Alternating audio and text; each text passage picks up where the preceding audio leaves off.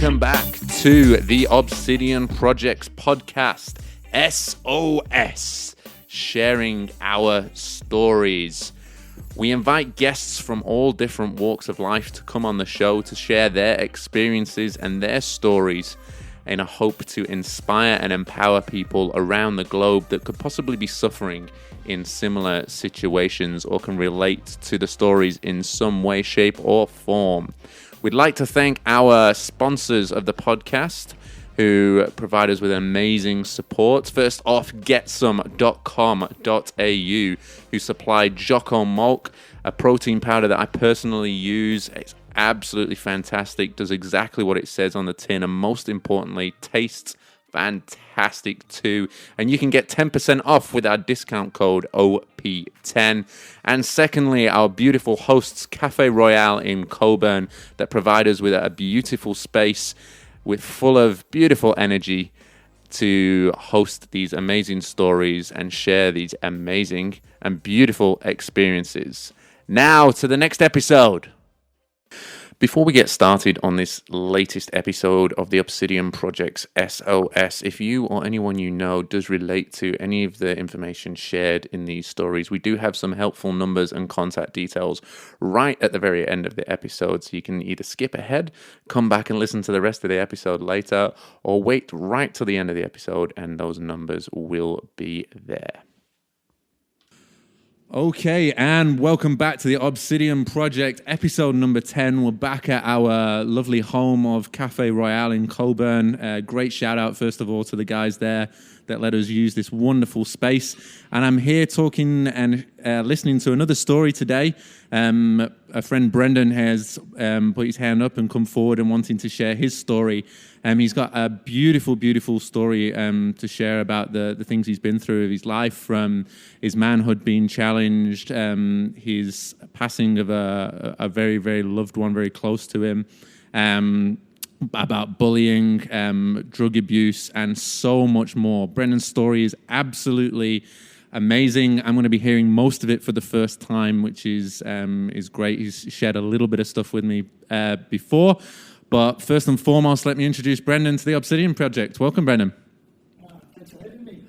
Good, man. It's like I talk about with a lot of people in these stories and in the podcast in general is, you know, I find it really, really powerful myself to listen and to see people who want to share what they've been through. Like, I spoke about it this morning just on Facebook about something that I saw in terms of there's so many people out there that are suffering in silence, and so many people that think they're alone in this world in terms of what they're going through. And it's so great to see people courageous like yourself that want to come out and to share what they've been through in a hope that they can give some people some peace in terms of helping them understand what they've been through or what they're going through in a way that it can relate. So it's great that you want to step up and do that. So thank you very much, man. No, it's good to be here. Just an interesting thing that you said. So for a large number of years, I used to have a saying that isolation is no cure for loneliness. And when we get into the drug addiction part, which is the majority of my story, we might unpack that a little bit more. So some of the stuff that I'll talk about today, I'm not going to say at any stage I made any of it up. Some stuff I think I did, but large periods of time that I can't remember. But it was something that I lived by for quite a long period of time once that realisation came to me. And it was quite a tough step up to move through that path. Yeah, it's, look, I guess a lot of people, you know, will listen to this or listen to other stories, and they will be able to resonate in some way, shape, or form. But I think for a lot of us, and I include myself in that, there is holes in the story where you wonder, did that really happen to me? And, you know, did I actually go through that, or did I dream it? Did I make it up? Because some of it's so emotionally challenging that it just seems like, man, did that actually happen? You know, sometimes it's hard to fathom, but, you know, being able to dig deep into that and try and find some understanding of, you know, why it happened and how it happened to you, to be able to grow from there is powerful, man. The many of the listeners Yeah, I know Dr. Joe. So he cites some research done now, don't quote me on the magazine, I think it's Nature magazine, where it says that 50% of what we believe is our past is made up, Oh, wow. distorted. So Yeah. when we understand the brain science, you get to understand that pretty much what we do as we go along is we delete stuff that doesn't back up our story, and we distort other stuff to fit it. Oh, wow, that's really interesting. So the deletion, distortion thing, so what you're saying is actually scientifically been shown that Yeah. people are out there making shit up to Yeah. fit their story. Yeah. And then the amount of people out there who just delete at a necessity to look at the pain.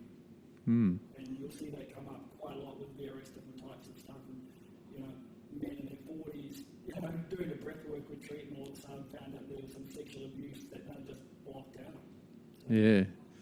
It's quite amazing. Like, I think back to try and remember some of the stuff that happened in my own life. And there's times where I can remember pain, but can't equate like a visual memory from that pain. I can't put myself in a certain place or a certain point in time. It's just, I realized something hurt me back then, but I've not quite figured it out. Maybe because I was so young, it's you just can't remember things like that from that age. So yeah, I can kind of I can't think of the word now, but kind of understand like what Dr. Joe's talking about there. It's very true.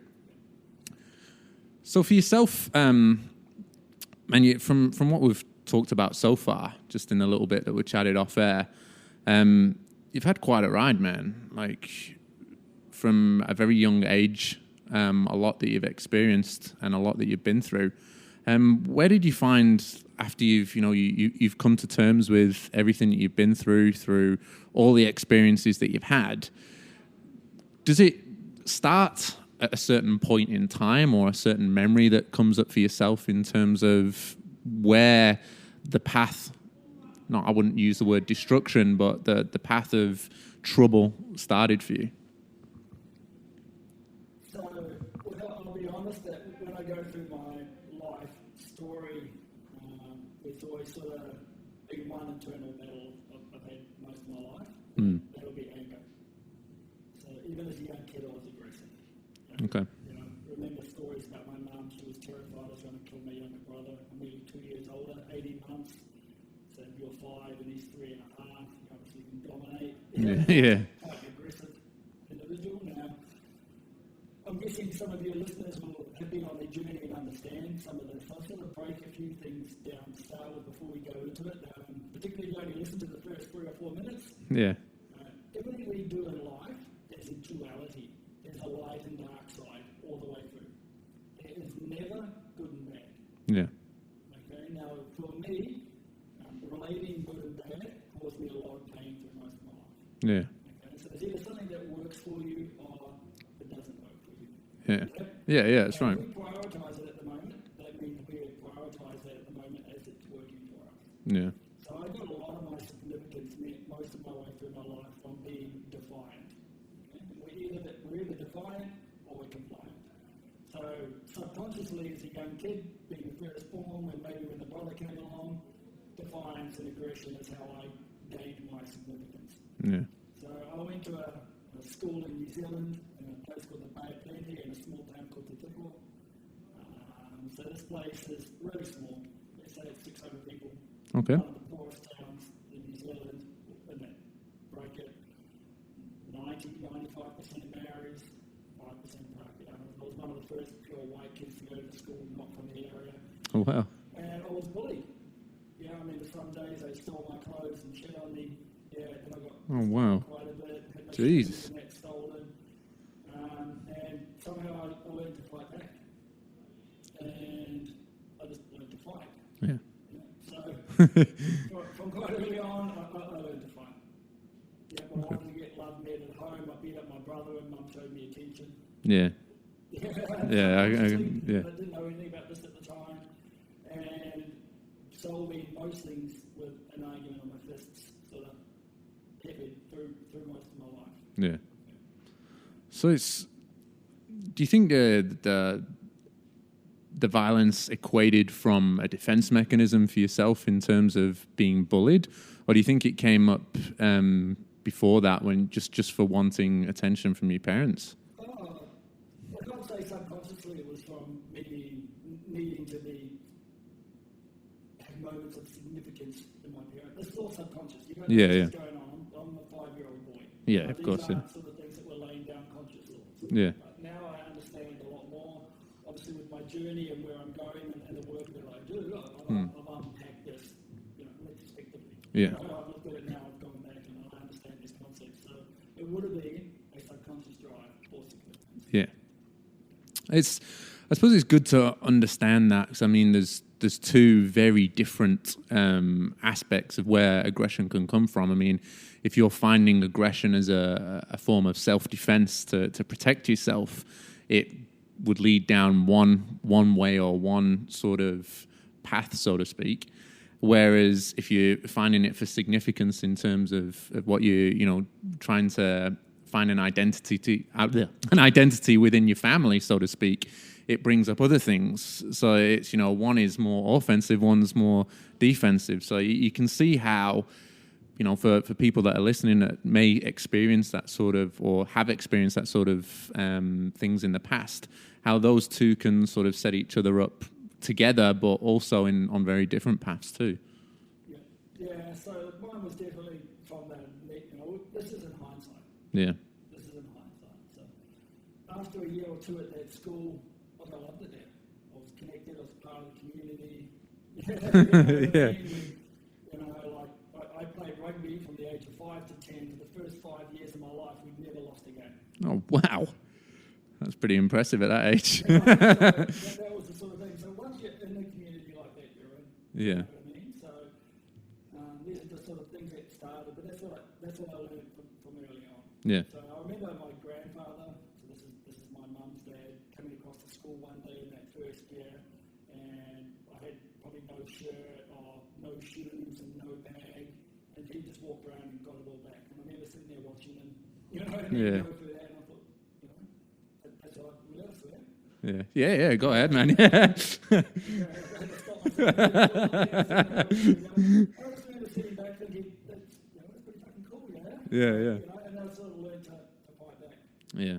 So that sort of set me up on that path moving forward. Oh, At that time, it served me really well. Yeah, I suppose it's a good visual representation at such a young age that there is a way to stand up to bullying, without necessarily resorting to like hard violence, which is being inspired by someone just going up and retrieving whatever it was that was taken from you at that time. It's like there is a way. I don't have to follow this path of the having to stand up to these people in terms of physically while things are happening. So it's a good learning path for you from there. So where did things roll on from you from there? Yeah, so I lived in this place to take her up until the time I was 10, and then parents moved to a different place, lived in another little, much smaller town. Yeah. So gone from a town of 600 to a town that had a pub. Oh, wow. That was it. Yeah. School, 2 classes at the school, pretty small. It's called O90, in the middle of the North Island. Dad owned a pub there. Okay. So we lived there for a while, and that's the place where Mum left. Yeah. So I was 9, my brother was 7, around those ages, and Mum left. So when my mother left, she took my brother. And that had a huge impact on me for a large number of years, even though I wasn't aware of it for 20 years. Oh, wow. Just that sort of level of abandonment. Obviously, I don't know if you know, but we imprint a lot around that age, and around that age, if anything happens when you're 10, 9, 11, 15, whose fault is it? My fault. Yeah. I was the aggressive kid that was always being told off, always angry. I was telling my parents to Yeah. Dad was in the business all the time, so I didn't see him a lot. So when Mum left, I definitely blamed myself for that. It's around that age, like I think people say it's anywhere from around 7, 8, 9 years old where you really start to develop your consciousness, where you start to make decisions for yourself and start to understand the world a little bit more in terms of having choices and taking things on. So when you do go through things at that age, it's hugely impactful because especially with something that, like a parent not being there, which I can relate to personally. At that age, you do take it on yourself. You do think that it was something to do with you. Like, there's a reason. Like, I've had a loving family, like such beautiful family, and I was doing a little bit of writing just yesterday, just trying to get head and tails of, where I was at that stage in my life, at 10, 12 years old. And no matter how much there was good that was around me, I still took on so much of that negativity. Like, my dad didn't even want anything to do with me, like when I was born, and from that age was trying to understand why did this guy not want to be a part of my life. And I realized that that's the only thing I focused on.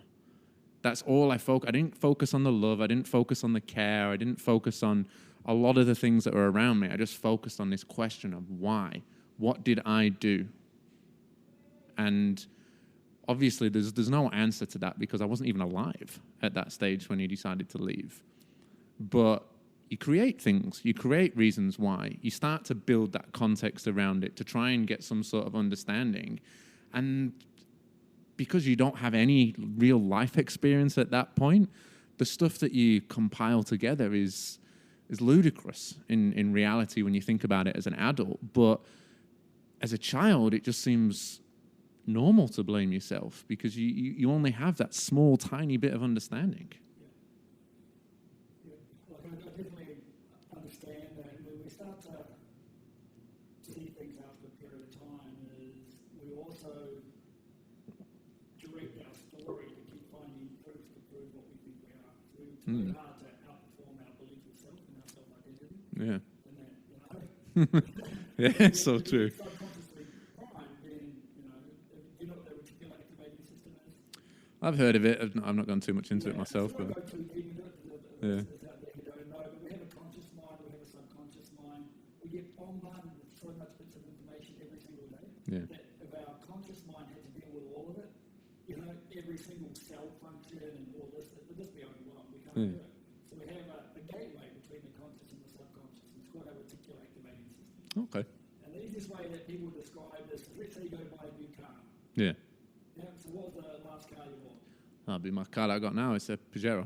Cool. So when you went to buy that, I don't know if it was just before you made your mind up or sometime in and around it, you thought, oh, I've seen one of them, they're pretty cool. Yeah. Then you make your mind up that you want to buy one. How many more of them do you start seeing? There are hundreds. They're everywhere. They're everywhere. Yeah. The last one I saw. Yeah. So I don't look after them. Yeah. The three, I'll probably see more of them, so it's low drive. Yeah. But that's our reticular activating system. Yeah. Okay, that makes a lot of sense. Yeah. So I believe our reticular activating system and our self-belief are connected. So you want to change your life, change your filter, change what you focus on. Yeah. That's that reticular activating system. So that's our gateway. Because all the good things that were happening in your life were there. You just deleted them and distorted them. Yeah. I guess that's where visualization comes in really well. I had a good friend who I reached out to just a couple of weeks ago. I was going through a little bit of things, and he was talking to me and got me to do a visualization on detachment, which was really cool. And it was unplugging a connection between me and somebody in my past. And before, like, if I saw this person's name or I saw a picture of them, my heart would skip a beat, or felt like it would skip a beat, or I would get that twisting feeling in my stomach. But I went through this visualization, and it was funny, just before, maybe an hour ago, I was scrolling through, and some memories come up on Facebook, as they do. Bam! There was this name and a picture and an experience and everything, and I had absolutely no emotional feeling towards it. And it's the first time it's ever happened. Like, it was incredible. Like, what you're saying, like, it works so well. It's really powerful. So so let's get back onto the little story there. I was a little kid, got my significance met by being aggressive. It's all subconscious. Yeah. Got bullied, went to fight. Now I'm 9, 10. I had a motocross bike. I'd go out and ride that. Dad worked in the pub. Mum worked in the pub.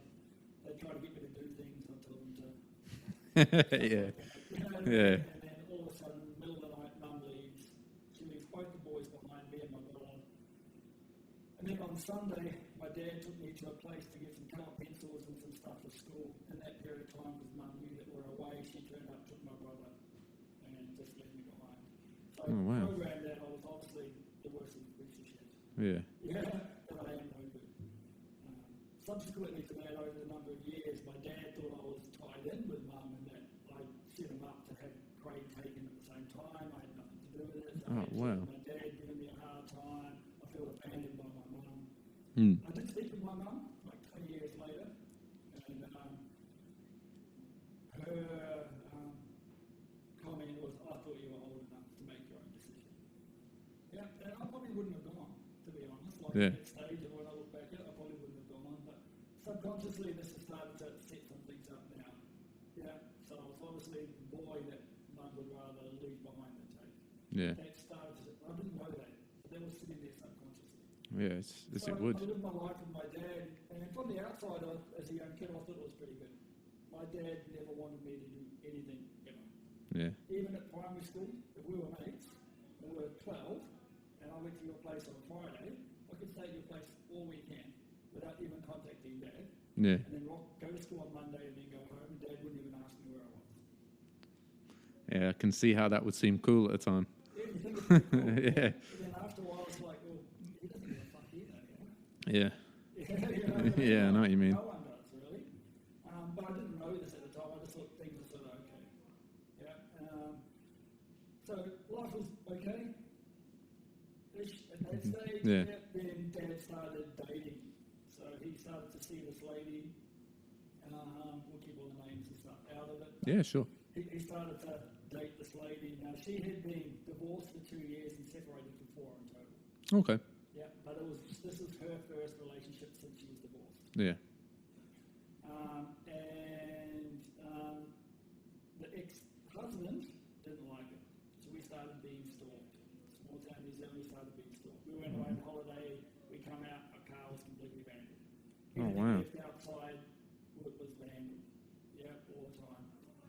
It escalated and escalated and escalated, and eventually he ended up shooting Dad in the kitchen one day. Holy crap. So I was about 13, 14, I can't even remember how old I was. Yeah. 14 or 15, and Dad was shot. So that was sort of imprinted now as well. Do you know what I mean? So there's another layer in. So, my father has been shot from a jealousy lover. So there was a few years, there was a lot of stress, tension, anxiety and stuff going on in and around that period of time. Yeah. Did you witness the shooting at the time, or? No. Oh, okay. So I did not witness the shooting, but it happened in the next door neighbour's house. Oh, wow. Now, the interesting story is, because we'd been stalked for so long, I was home alone. Yeah. Dad was out. Do you know what I mean? Yeah. I might have been younger. I might have been 12 or 13. I might have still been at primary school when this happened. Yeah. Wow. And that was a standard thing to do back in those days. Yeah. Yeah. And when the police came to get me to tell me that Dad was shot, they came and knocked on the windows and were shining torches. I was too terrified to go out, so I thought it was him coming in to get me. So I'm hiding under the bed. Yeah. Yeah, completely freaking out. And then eventually I saw a police car through the window. I went up, and that's when I found out that my father was shot. Oh man. Do you remember much, like, emotion-wise, or what was going on in your head at that time? No, not really. So I knew he was still alive at that point. Yeah. So he's still alive to this day. So no, not really. I don't really remember. Other than it's an interesting situation. I didn't know anyone had been shot in real life up until that stage. It was just something you'd seen on the movies. Yeah. There wouldn't have been murders or shooting in our small town at all at that period of time. So it was definitely sort of an out of the blue situation. Yeah. Do you remember, like, anything about, like, what happened after that, in terms of, like, did it change who you were as a kid? Like, you explained the things about, being allowed to go out and, having all these adventures as a young kid. Did you as a person, not necessarily from what you or anyone around you told you, but did you feel or remember anything that changed for yourself after that? Well, to be honest, I'm going to say no, not really. Yeah, not that I'm aware of. It's a great question, actually. So, no, I'm not aware Yeah. So the guy, he only got 18 months jail, and he was out after 9. Oh, wow. Yeah, so this is a small town. So I used to do a martial art, and for a period of time I used to open the kids' school before the sensei turned up. And he would turn up and drop his grandson off. Yeah, so I used to see him quite regularly.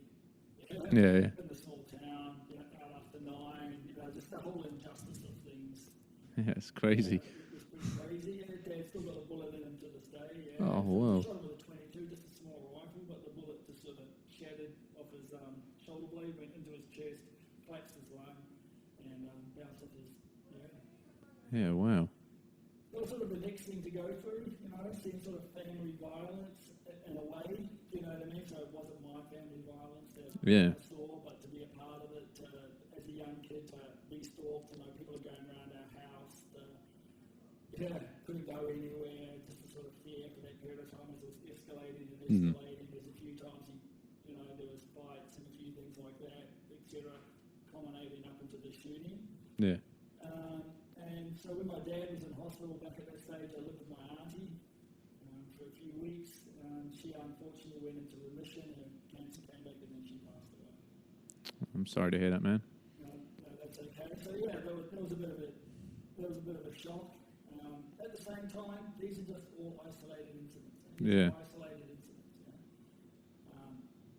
Eventually down the track, I got to a point where Mum left, the auntie left. Yeah, relationships mean you get fucking shot. Yeah. Heart ripped out. You know what I mean? You can see the context being built. Everyone just leaves. Yeah. Yeah, I started just going down the path now of drinking quite heavily. Yeah, fighting a lot more now. You know what I mean? So, yeah. What age are you around this point? so let's just say we're 15. Okay. Yeah. Yeah. So drinking started quite heavy at 15. This is small town Brazil. Yeah.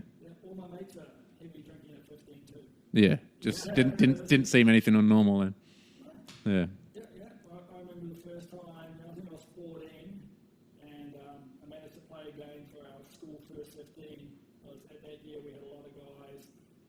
We were playing an under 16 side for the region, the one for under 16, so that means our first 15 was quite slim and pickings. Yeah. So I played the game when our first 15 played, the wire for under 16. Yeah. Warm-up match. I was only 14, and I went and asked Dad if he could buy me some beer to go to the party.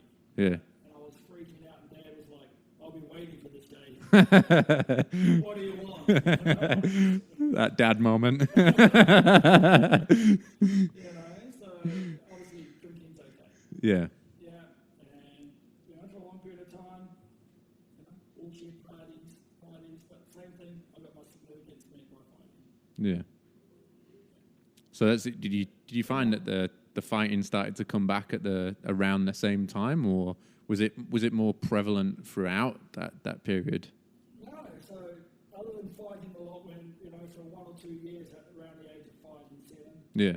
Yeah, always been someone that would be quick to fight though. Yeah. But never sort of going out of my way. Now this is time that it started to come up a little bit more. So I never bullied anyone at school.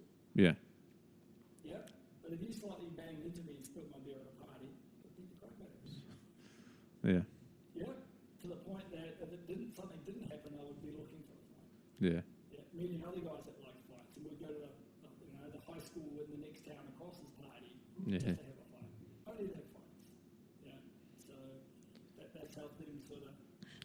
Do you think you found some sort of significance out of fighting in terms of, was it an anger management thing for you, or was it just a fire that had built up inside of you, and when you were drinking, that's where you went every time? Oh, look, I think when I look back in hindsight, so if you asked me when I was 17, if I was going to these parties and having fights, if I was having my significance met, so I feel some form of love and that I was worthy and that I mattered, I'd say, fuck off, a load of shit. Yeah. When I look back and I think 100% that's right.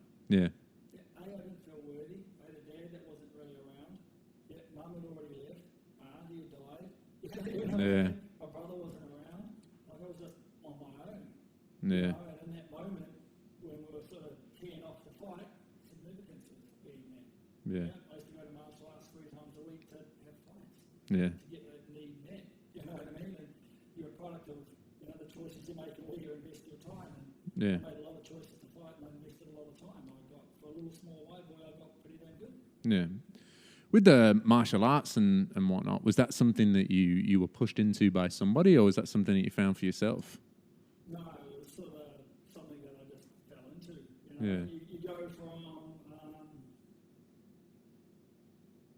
I don't know, action movies. Yeah. Yeah, I don't know. I don't know if I could watch an action movie today. I haven't watched one in a long period of time. Yeah. The type of movie I'd rather watch now, most people probably wouldn't watch. Probably a bit dark for them. Yeah. Deep, but I like something that really sort of pulls at them.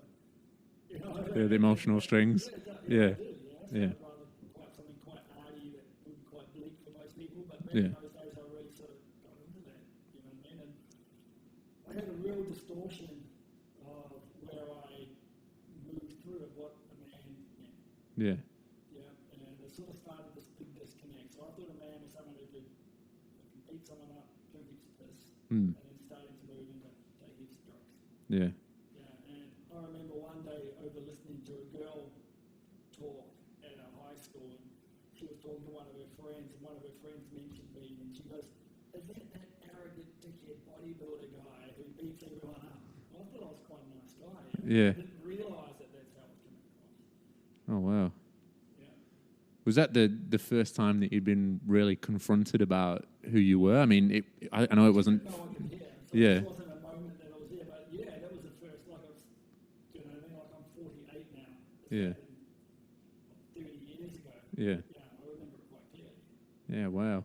It's stuck in the memory then, hey. For it to be a random conversation with not me in, but it obviously meant something. That was the first time I'm like, oh, this is quite interesting. Yeah.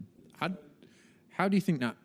I mean, it's hard with it being so long ago to ask you how it made you feel, but did that have an effect on your next path? Like, did it? Good question. Yeah. So it did. So I tried to stop fighting. Okay. I tried Yeah. to stop fighting. And a couple of mates gave me a hard time for being a pacifist. Yeah. It was quite hard to say no. I didn't have a skill set. Yeah. And that this isn't something that came up till probably the next story that we're moving into, the main story of my life, I think, is I didn't have a skill set to go through life and not fight.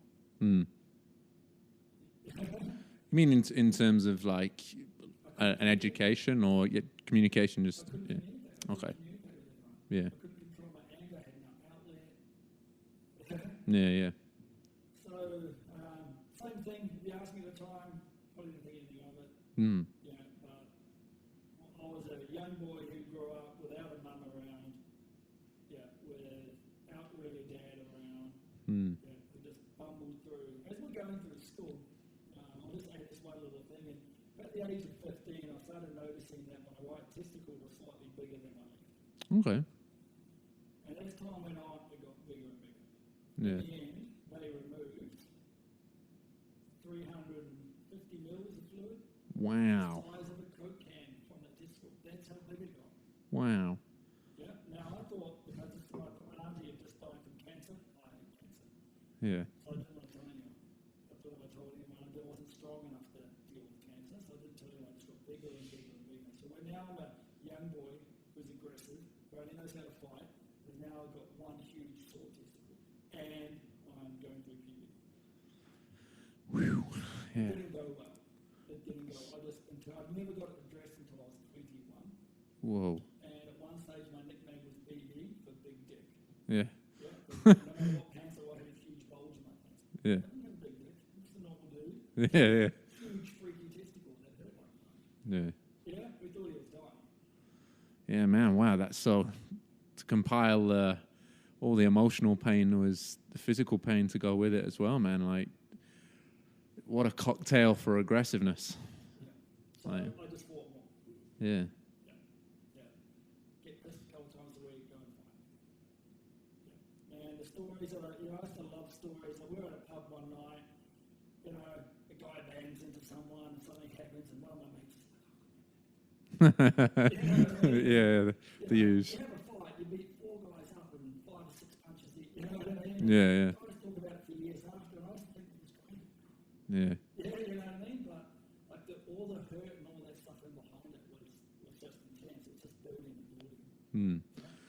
You can see even in this day and age, I don't have a lot of contact with a lot of people and youth at the moment. Obviously, I've immigrated from England over here, so it's still building, even after 7 years, still building a network of friends and things over here. But I still hear stories, see things on Facebook, see things on the news of teens still going through that same emotional blockage of high aggressiveness, lots of fighting, and it spills out into the streets, into the shopping malls, into everywhere. It's for millions of years, what was the role of a man? the hunter, the gatherer, What else did they do?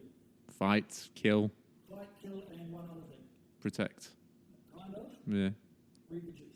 Yeah. It's the fight and fuck. Yeah. Pretty much that was it. Yeah. Yeah. So that was a role for a large period of time. Mm. And then lots of changes happened. Yeah. We've gone through different periods of time.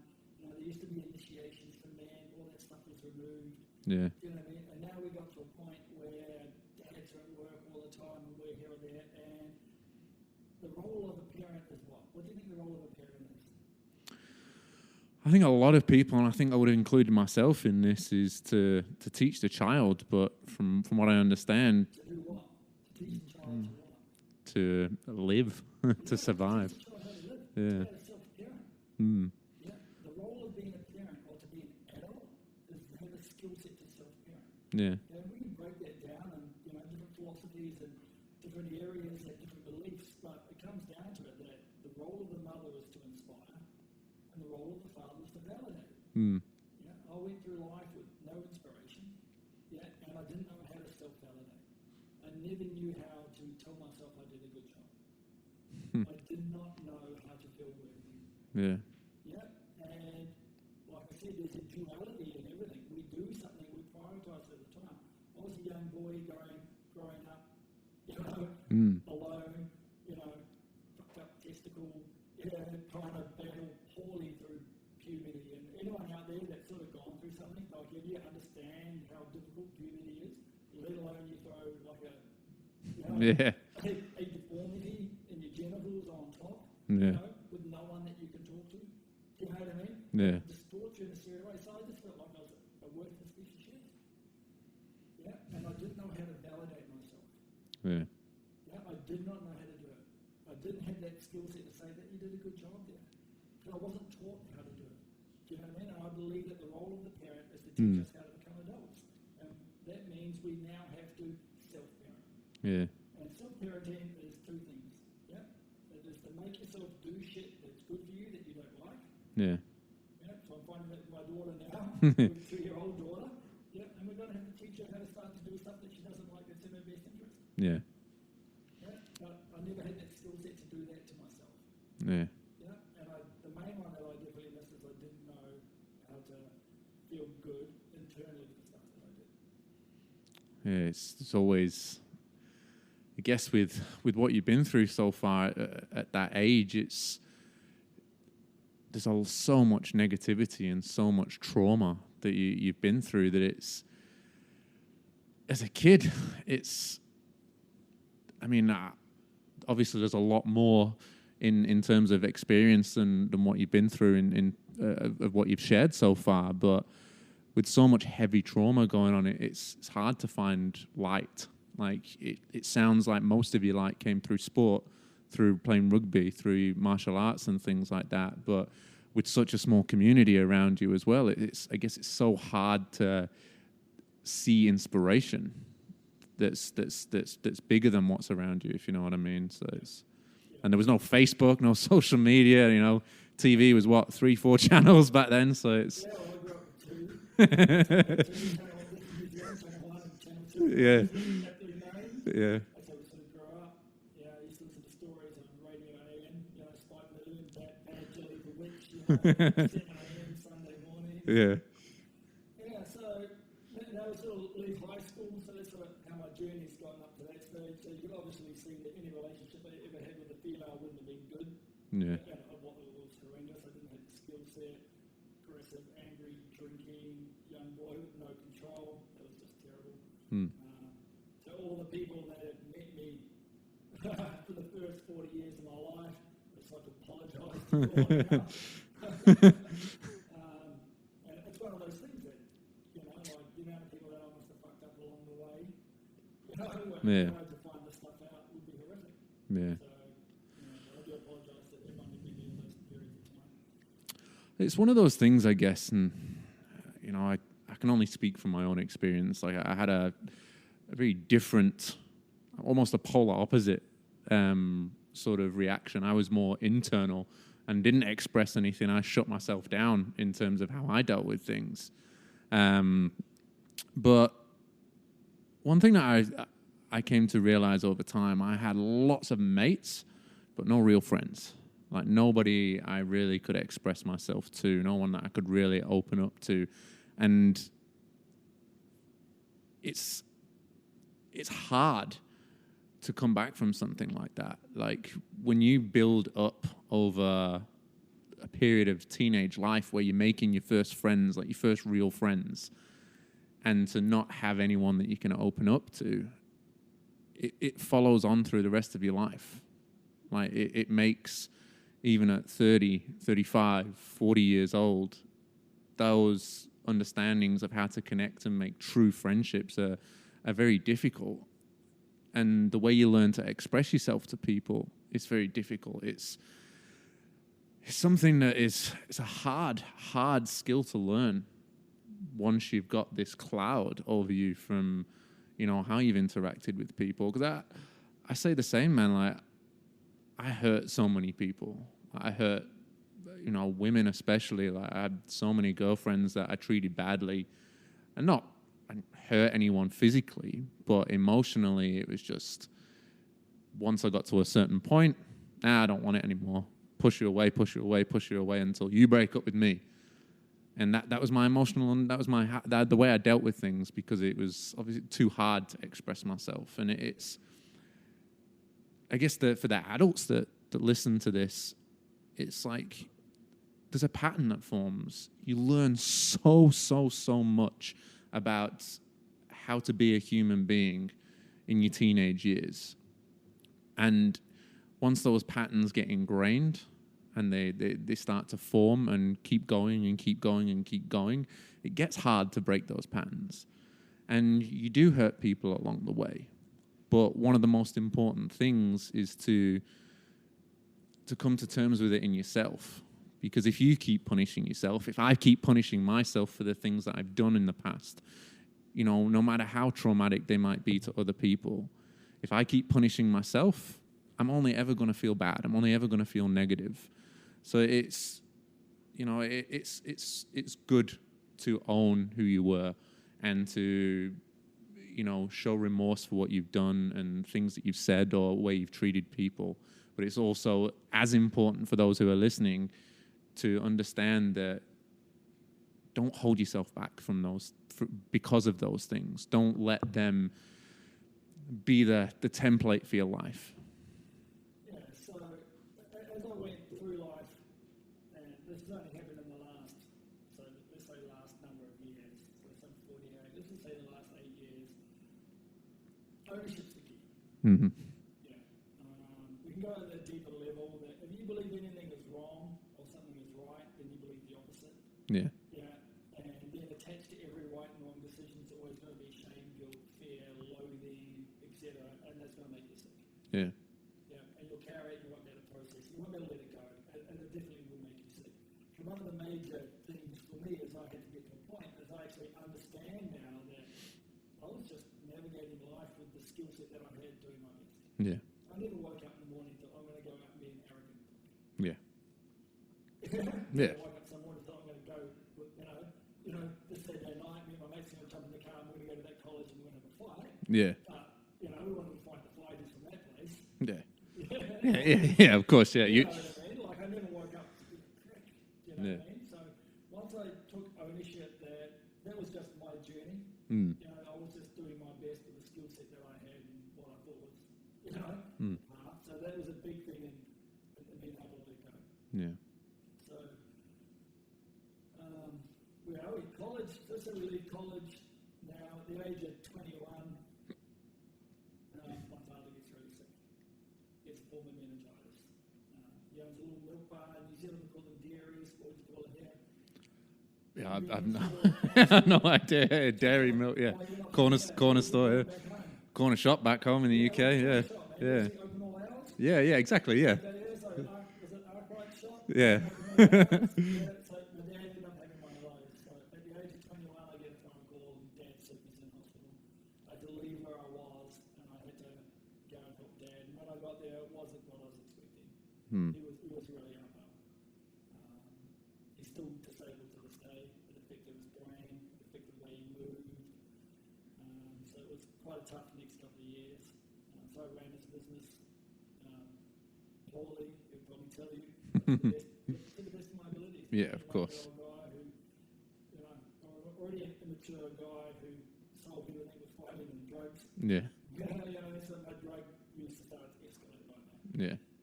So they've gone from cannabis.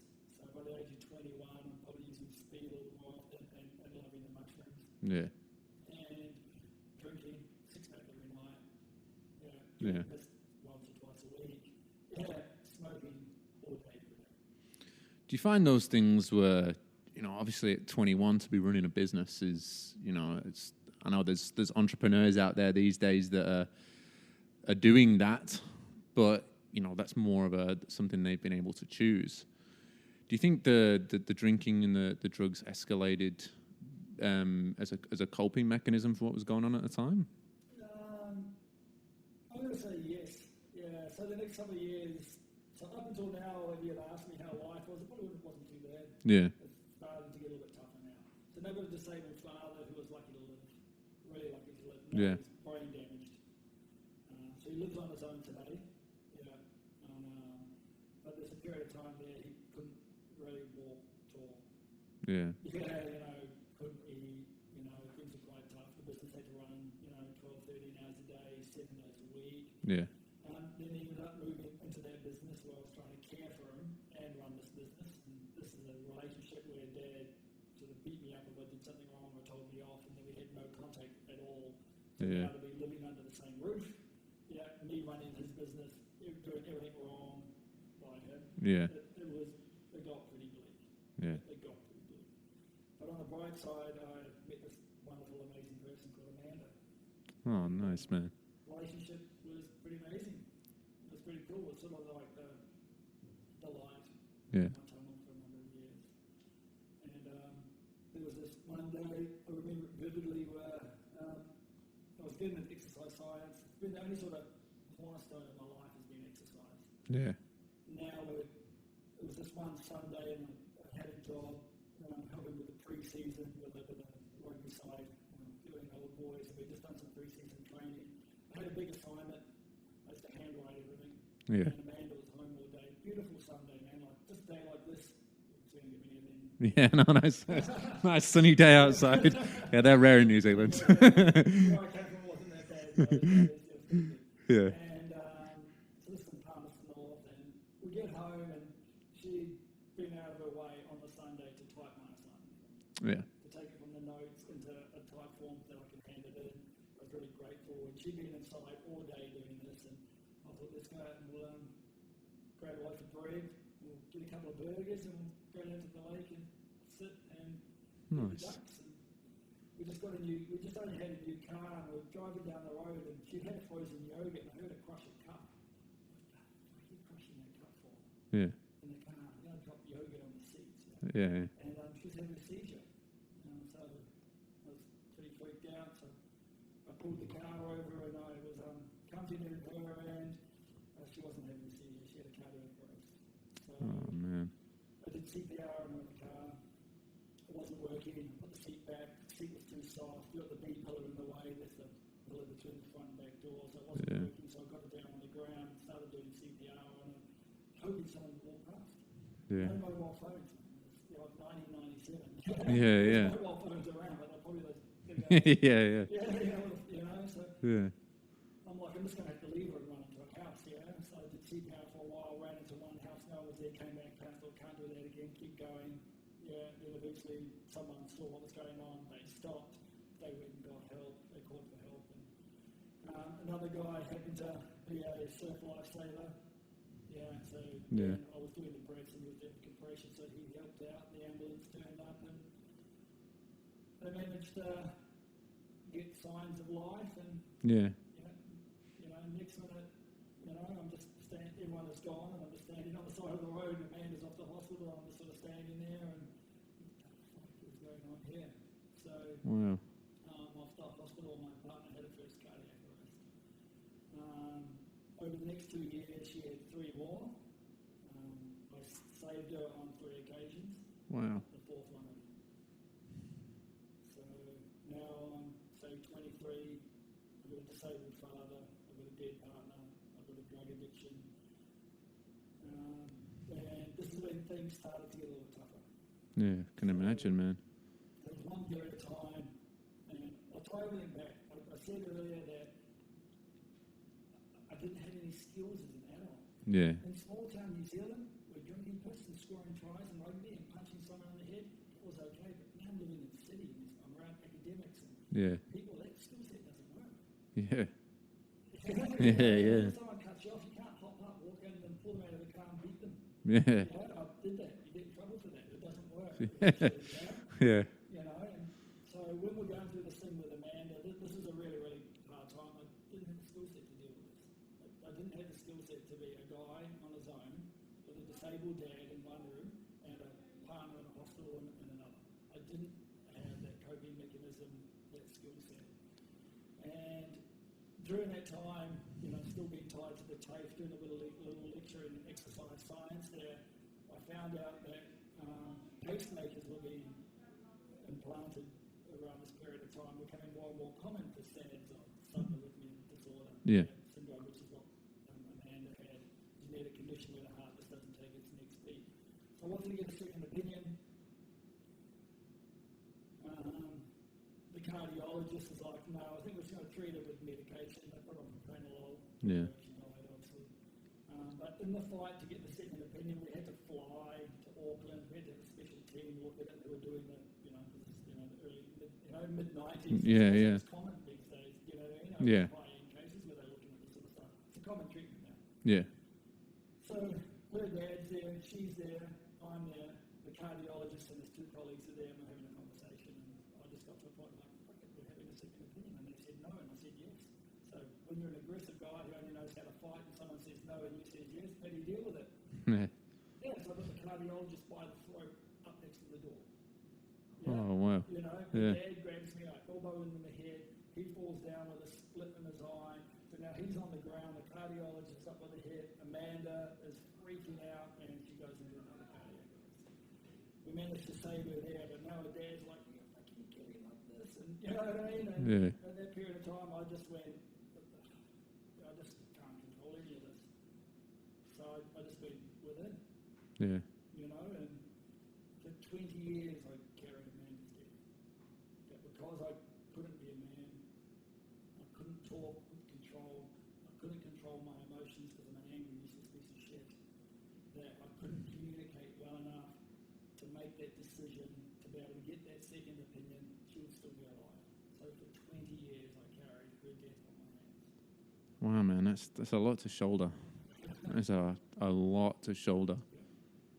So things were starting to get quite dark. So Amanda passed away on Friday, the 22nd of January 1999. Another beautiful day. We just got to go to the States. Amanda's parents were both in the States, came to New Zealand. They separated. One had gone back and she was going to go and spend more time with her mum. We just went to the gym in the morning, and just to share a bit of the story, I've been on the phone to a guy by the name of Greg Doherty. He used to bring an American guy into the country to teach exercise science by the name of Paul Check, the exercise guys are there. And I was enrolled to do a couple of courses in the States when we went and travelled. I was organising some equipment. And I've been on the phone with Greg for 10, 15 minutes organising some gear. And as I'm walking down the corridor, the hallway, I could hear the shower still going. I'm like, sweet. Yeah. Take all my clothes off. Shower with Amanda. Yeah. It's a Friday morning. We're about to go to the States in a couple of weeks. But when I went into the bathroom, she was collapsed on the ground. So I pulled her into the hallway and started doing CPR on her. To drag her a bit further and do CPR again. Yeah. Sit down, grab the phone, come back. Yeah. The phone. turned up. I'm still naked. Amanda's naked. Yeah. The paramedics take over. They call a good friend of mine, happens to be a doctor, who turns up, and then one of the paramedics come through and said, "This is the situation. We don't know how long she's been down. Yeah. You know, we don't know. You know, from the time she went down to the time we found her. You know, we've been here for 20 minutes. You might have been doing CPR on her for another 7 before we got here.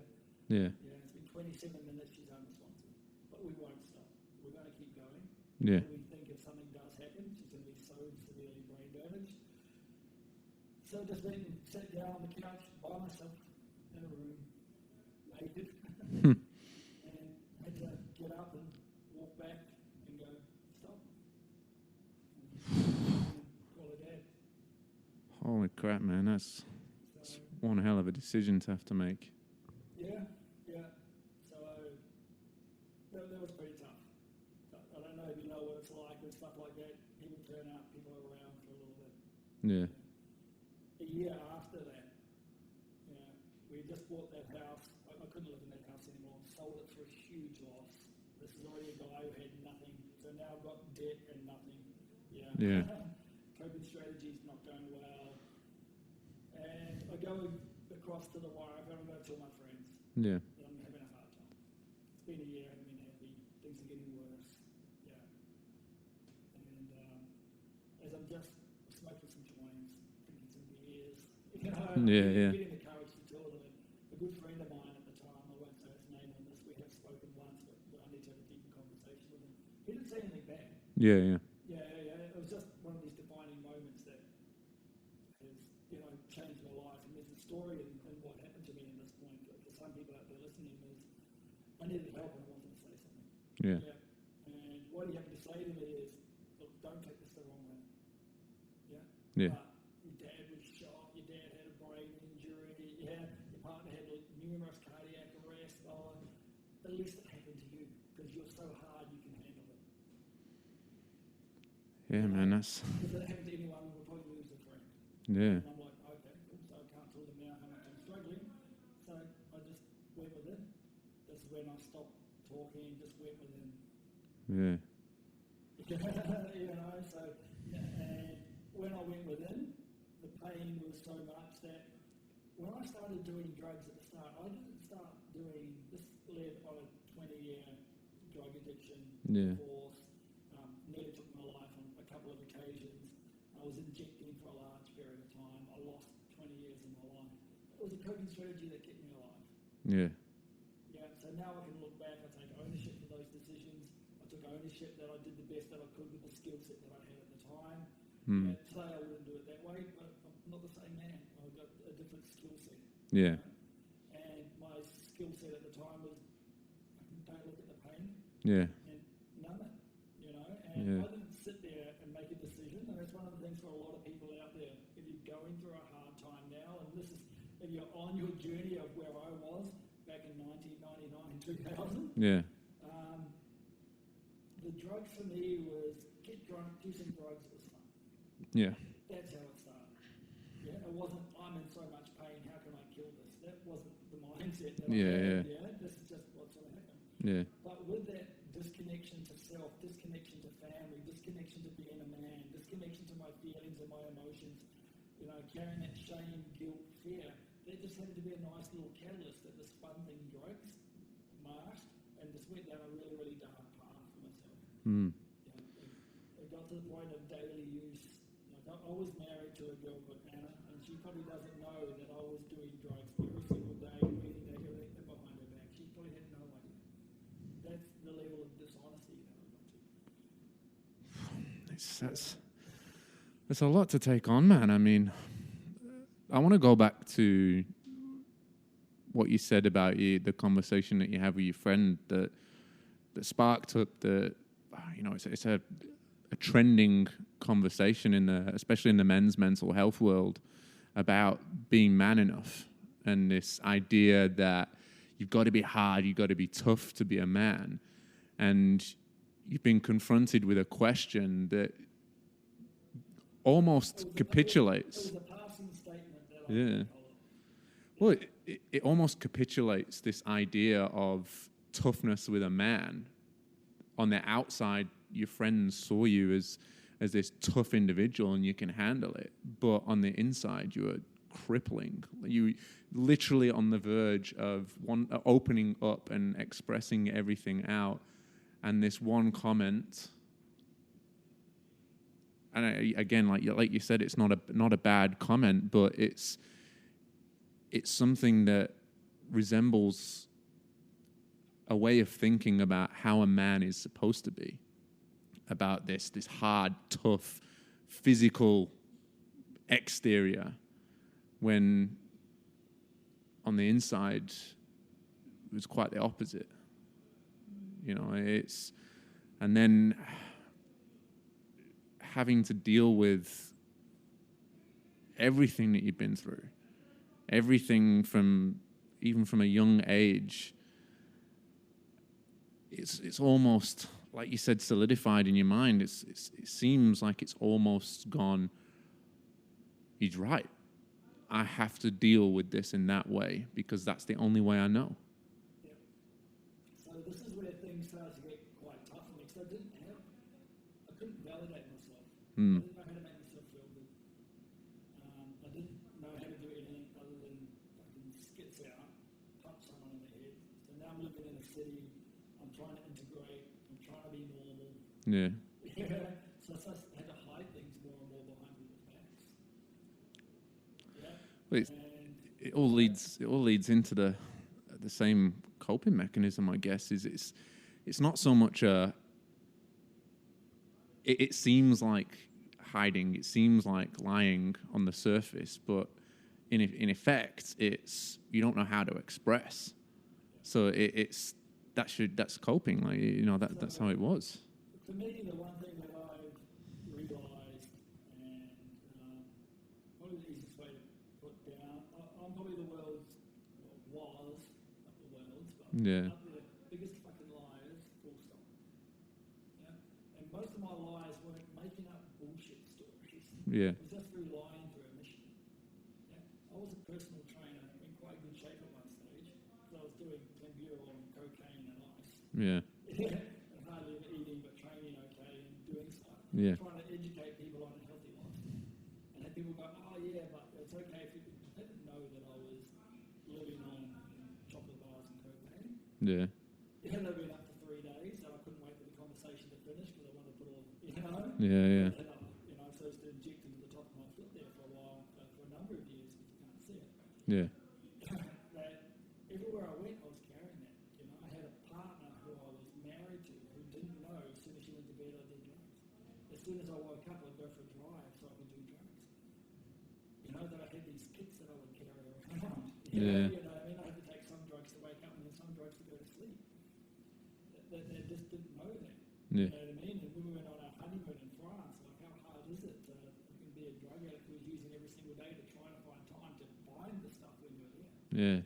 Like there was just no connection, there was just dishonesty all the way through. And it just adds up and adds up. The saving grace I had is in the end I ran out of money, got really badly in debt to the wrong sort of people, and I ran away, changed my environment, ended up getting drug tested on the mine sites, ended up surrounded by a whole lot of cops and army guys and stuff like that, and that sort of gave me that catalyst to sort of move forward. So I gave up drugs at the end of 2012. I've been clean since 2013, predominantly clean since then. Had a couple of ups and downs in the first year or two. But I had to give up drinking just over a year ago. Drinking still wasn't serving me. Yeah. I was still drinking. I would get drunk and be a dick. So, I've given up all drugs. I've given up all drinking. I've learned to take ownership. I've learned to let go of right and wrong. Yeah. And I'm no means the perfect person. Yeah. I've traveled a long way. I've got a beautiful partner, Whitney. I've got a beautiful little daughter, Charlotte, and I spend most of my days these days trying to move and touch, inspire other men and fathers through connection to live the best version of their life. So I learned a lot in that journey. Yeah. I think I definitely learned is isolation is no cure for loneliness. Yeah. I've learned what it is to holiday. Don't get me wrong, I still have some bad days. Communication with my partner still is not where I want it to be. Yeah, it'll be better at the end of the year than it is this year. That's the only thing I know for sure is that I'm committed to that process of continuous growth. Yeah. So is my partner, which is very cool. That's awesome. So that's sort of been my journey in a way from being bullied to, shootings, deaths, disabilities, drug addiction. So my drug addiction went from 22 years. Whoa. 23, 24 years. That's a long time. I suppose, taking the drugs aside for one thing, it's the things that you learn along the way, are with drugs and are with things. So it almost becomes, there is no way out. It's the only way to live is to how to deal with the problems that you come across, right? Everything new is with drugs. Everything previous, that you're experiencing again is the same as. So I speak with a counsellor who's an amazing guy. His name is John. From Florida in the United States. And this is something for some people out there listening. Sometimes we've got to do what's uncomfortable and inconvenient to make a change. Yeah. I just speak to this guy at 4 a.m. Wednesday mornings before I start work because that's the only time I can communicate with him. Yeah. Yeah, but we had a connection and he helped me. And one day we were just having a chat. I just said to him, I'm a 48-year-old, 18-year-old. Yeah. You know what I mean? Like everything those 18-year-olds went through, I'm going through now because I've only had a number of clean years. Yeah.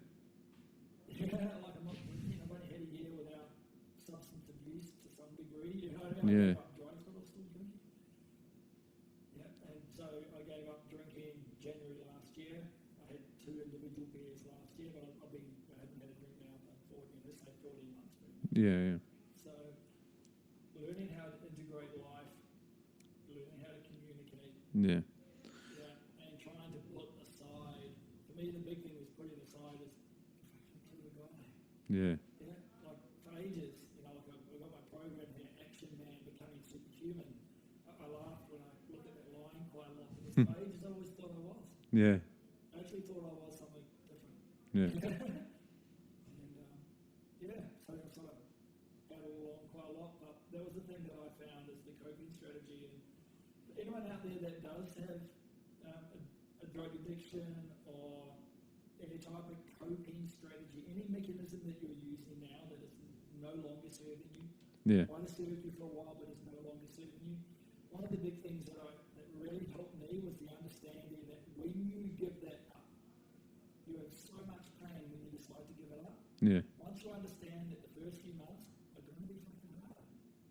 Stage 1 is more pain. Yeah. That's the natural progression, yeah? Yeah. I'm in so much pain. If I give this up, I'm going to feel better. No, you're actually going to feel worse. Yeah. Yeah? Because now you have no coping strategy, yeah? Then a couple of months later, the pain will be as bad as it was before, so there's still no release. Yeah. Yeah? Then there's a real awkward phase of how do you integrate yourself back in. That there is that process.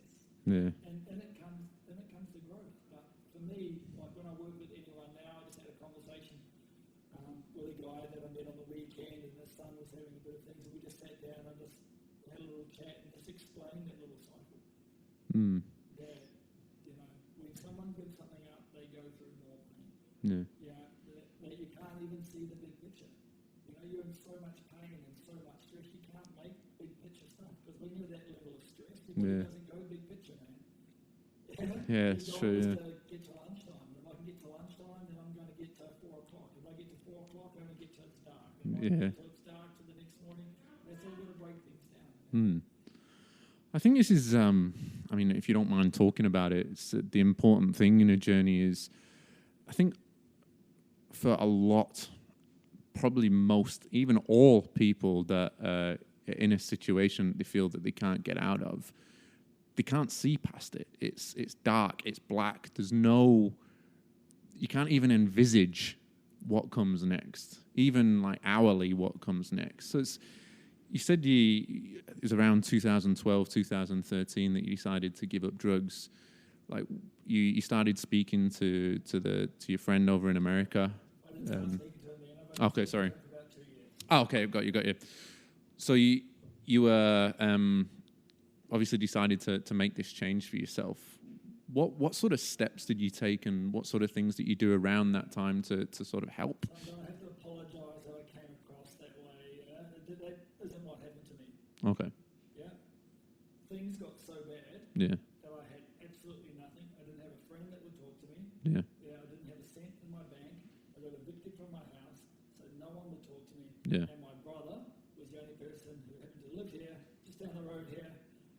Yeah. Just a couple of like a suburb across. Yeah. He lives in Hammond Park. He's the only person that would put me up. I had like $600 in a bag of clothes, 40 something. Mm. So I came here, on a come down. The drugs had gone, run out. Yeah. Yeah. I was blessed that I didn't have enough money because I'd probably be dead. Yeah. Yeah. Yeah, because the only thing that saved me is I just didn't have any options anymore. Yeah, so that's how I got across here. Right. It wasn't a huge, healthy choice that finally enough was enough. Yeah. Yeah, it was just pure rock bottom. There was Wow. nowhere else to go. So what? That's how I got here. Yeah. So what was next for you? So you've flown over here, barely anything to your name. You moved in with your brother. What happened next? Like what sort of stages did you go through? Was there like withdrawal symptoms? Was there? Yeah, so the come down was pretty hard. So obviously, depends how many people, what level of understanding of this concept is. Mm. The higher you go, the bigger the come down. Yeah. So, but I'm talking about now moving into life. Yeah. Lost everything. Yeah. Didn't have a single friend that would even want to talk to me. Yeah. Yeah. God knows how many people, females in particular, there's a couple of people that I've spoken to since who I would have hurt. Yeah. Going through this. You don't do it on purpose, but Yeah. Yeah. this is what happened, you know what I mean? But I was a real prick. Yeah. Don't get me wrong, I wasn't probably a nice guy. Yeah. I'm not going to take anything back. You know what I mean? Like, it was what it was. Yeah. So it was quite tough. Mm. It was really quite tough because I didn't really want to be here, didn't want to be there. The fresh start was good. Yeah. Every time we create change, there's always 3 layers: self, others, and environment. Yeah. If you can master self, the others fall into place, but it's the hardest. Yeah. So I was forced by changing my environment. My brother got me work with his company. They delivered emergency response and safety training throughout the Pilbara. They instantly changed my others. Yeah. Gave me support. Okay.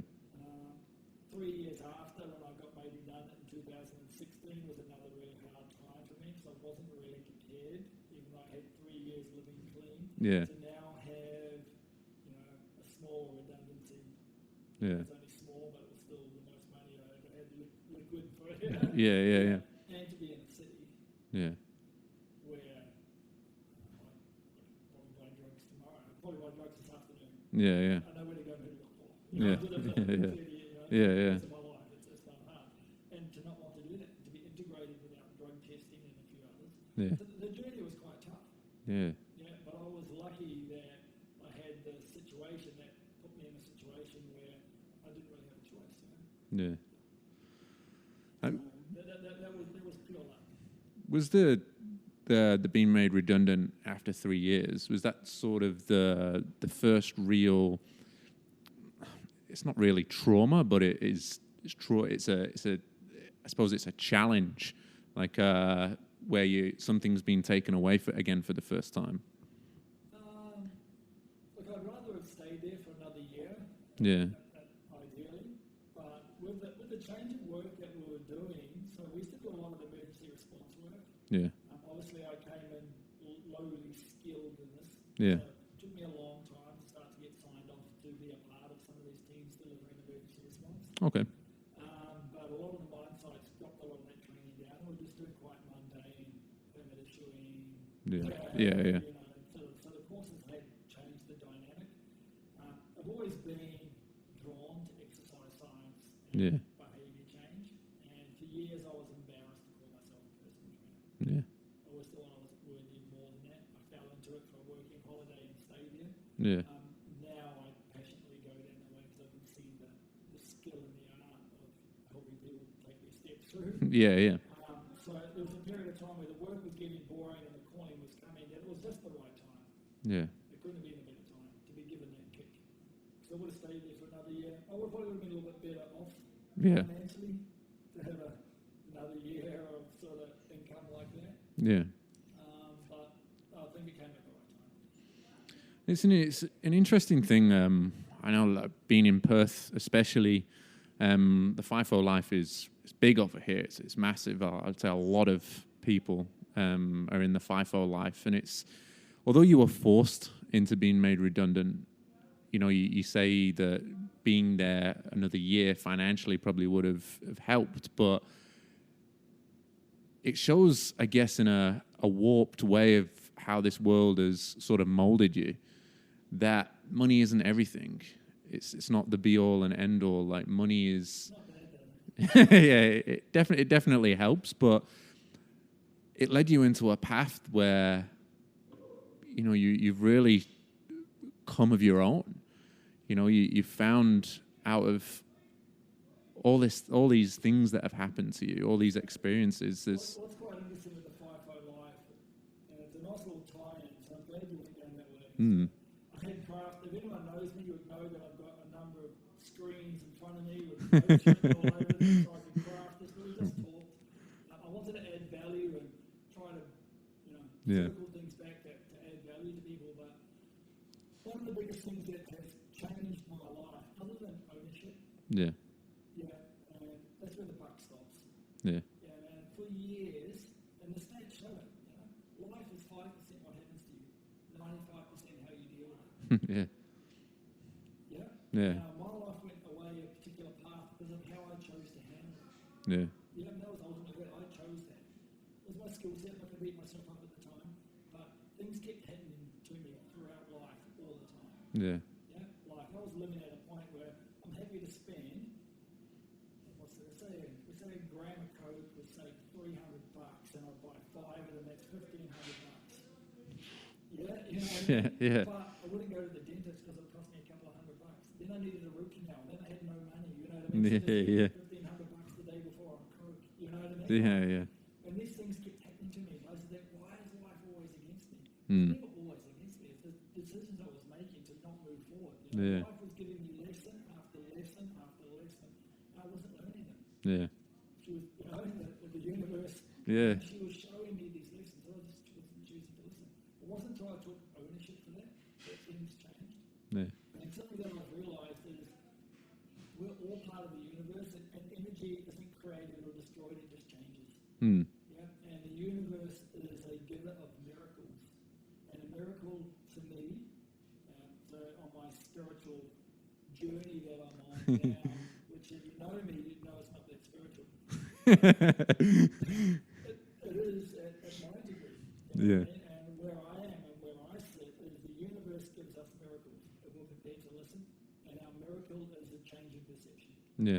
As soon as my perception changed, that these things were happening for me, not to me, that there was a lesson for me to grow and evolve, so it didn't have to happen again. And if we look at the FIFO life, it's how it went down there. If you're a family man and you love your family that much and you're away that often, the FIFO life would suck. Agreed. 100%. There's only one thing in life we can never get more of, and that's time. And trust me, on a Friday, the 22nd of January 1999, I was holding Amanda in my arms, fighting for her life. You know what I mean? I can see she's only 25. That's how short life can be. 10:30 in the morning, she's alive, 11 o'clock, she's dead. No bus, no car accident, just her heart just didn't take that next beat. Autopsy showed nothing. Nothing. That's how quick life can be. We've only got so much time. But for me, that FIFO life was the best thing ever. I got to go to camp, I could eat whatever I wanted, I was healthy. You know, Yeah, yeah. to eat. You know, Yeah. You know, I could go from the washing machine to the dryer and put my clothes on. Yeah, I could get up and go to the gym. I could eat. I could go to work. Oh, that Wi-Fi life was the best. I loved it. Yeah. It was the best thing for me. But my perception was different at that period of time. Hmm. Away from the city, keep away from distractions, I was earning good money. Like, everything for me was perfect. Yeah. But my perception was different. And that perception change that we get, that's our miracle in life. Yeah. Where did that come in for you? Like, was it speaking to John, or was it something else? Beforehand, so we're talking about the reticular activating system. Yeah. Yeah, that's our gateway between the conscious and the subconscious. As we mentioned, the zero earlier, if you don't think any of them around and now you think you're going to buy one, Yeah. you see them everywhere. I was just open for a better way. Yeah. Yeah, I was away doing a course, someone mentioned the individual, I checked them out and it worked. Yeah. Yeah, I was sort of open to giving it a go. So what John has been really, really good for me is showing me in a way how to connect with myself and let go of shame, fear, and guilt. Yeah. Yeah, That's so good. all that stuff that I carry. Yeah. I was speaking with, I think it was, Lockie from Open Up. Yeah. I know, Lucky. Yeah. I've had him on here, which is he's really good. Yeah. So our friendship is developing over a period of time, and the first time that we met a few months ago, we had a chat, and he asked me, like, have you gotten out to the other side? And I said to him, no, I don't think I have. Yeah, I mightn't have answered that correctly. Yeah. Yeah, do you know what I mean? The answer is, I'm always going to be better in a week, Yeah. and in 2 weeks I'll be better again. Yeah. Do you know what I mean? But I have gotten through most of it now. Yeah. That's good. So I've got that understanding. I've still got, I'm sure Whitney was here, you would ask her her story. Yeah. Definitely tell you I've got quite a lot of learning. Yeah. Yeah, but it just goes down to perception again, and communication. Mm. Once we have our ownership, as soon as you take ownership for your life, that everything's your fucking fault. Yeah. Yeah, you mightn't have caused it, but now it's your responsibility to move forward. Yeah. Will Smith's got a great talk, Yeah. yes, that girl might have cheated on you, but if it broke your heart, it's your responsibility to fix your heart, no one else's. Yeah. So once that message clicked into me and I sort of understood that and started going down on that journey, that's when things really changed for me. Hmm. So it gave me the power back in my situation. I couldn't agree more with what you say about ownership. It's something I chose to follow from a different path, from a different person. But ownership, even if you are 0.001% involved in something, you have to own that 0.001% of it, because it's happening to you. You're involved in it. You've made a decision. You've put yourself there, or you happen to be there. And it doesn't matter how traumatic, how exciting, how emotional, how numb, how whatever it is. You can ask people to help. You can go out there and do courses, and you can do things, and you can put that responsibility on, they need to teach me something. But if you're not open enough to learn it and open enough to take responsibility for what has happened, even though you may have not caused it, it may be absolutely nothing to do with you, but somehow you were involved, then that's when the healing process starts, because you can start to move forward, because you can start doing something about it. I would only change one thing. You sort of said 0.0001%. Yeah. All the numbers are right in the wrong order. It's 100. Yeah. 100% you all the time. Mm. Yeah. Because if you're affected by something, then that's your responsibility to create that relationship with yourself. Yeah. Regardless of what the incident is. Do you know what I mean? But Yeah. if it has an impact on you, that is now 100% you. Yeah. Yeah. I agree. Yeah. Yeah. And once we let go of others from stuff, it's much easier to blame someone else because we're perfect. Yeah. Yeah. Yeah. Yeah. And it's also easy, like, for years, I was getting my significance met because I was the guy whose father was shot, whose mum left in the middle of the night, leaving him behind, whose partner had cardiac arrest. Like, I got significance out of it for a while, Yeah. Paul Brendon. Then after all, I got significance. Of course, you can't step up into this because you've got this going on. Mm. Well, holy shit, it was just my safety blanket, so I didn't actually have to, face what I needed to face. And the thing that I found is I did a lot of positive psychology, and it got me miles forward, and I love it. Yeah. It's only half. I would say for most, I keep flip-flopping. I don't have a definitive answer yet. Yeah. Dealing with your shit will get you further than anything. Yeah. Because I have a narrative running in my mind. I've got a program. The program's called Action Man. Yeah. Becoming superhuman, because every kid deserves a superhero for a dad. And the word action actually is an acronym. Yeah. It stands for awareness, ability. Yeah. Okay, now, a lot of guys, and you mentioned this before, we don't have awareness of what the real truth of the fact is. And then we try to fix it ourselves.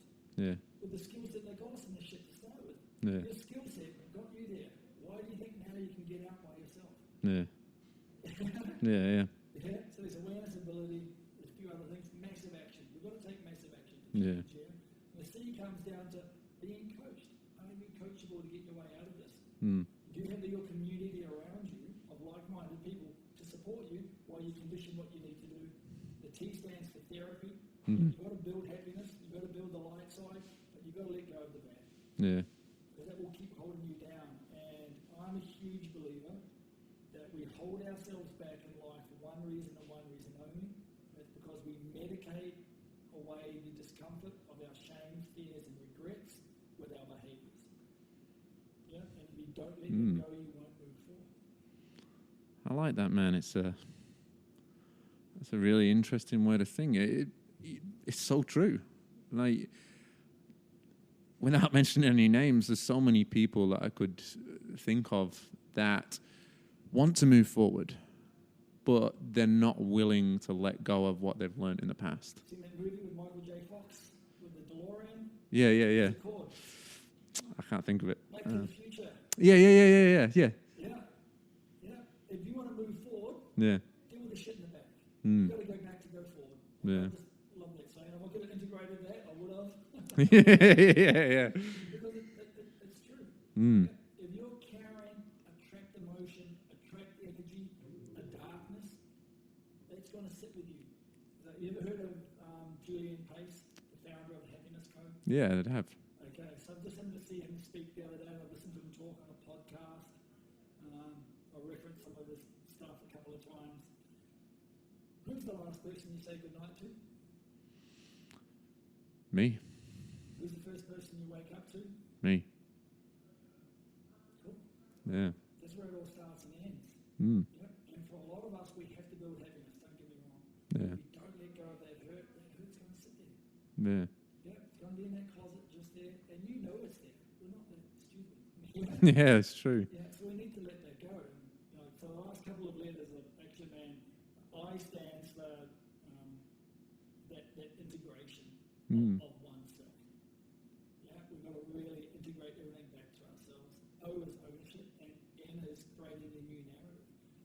Most of us, our narrative, if we were to truly sit and unpack what comes out of our head, if your mate spoke to you about like that, you wouldn't be around it.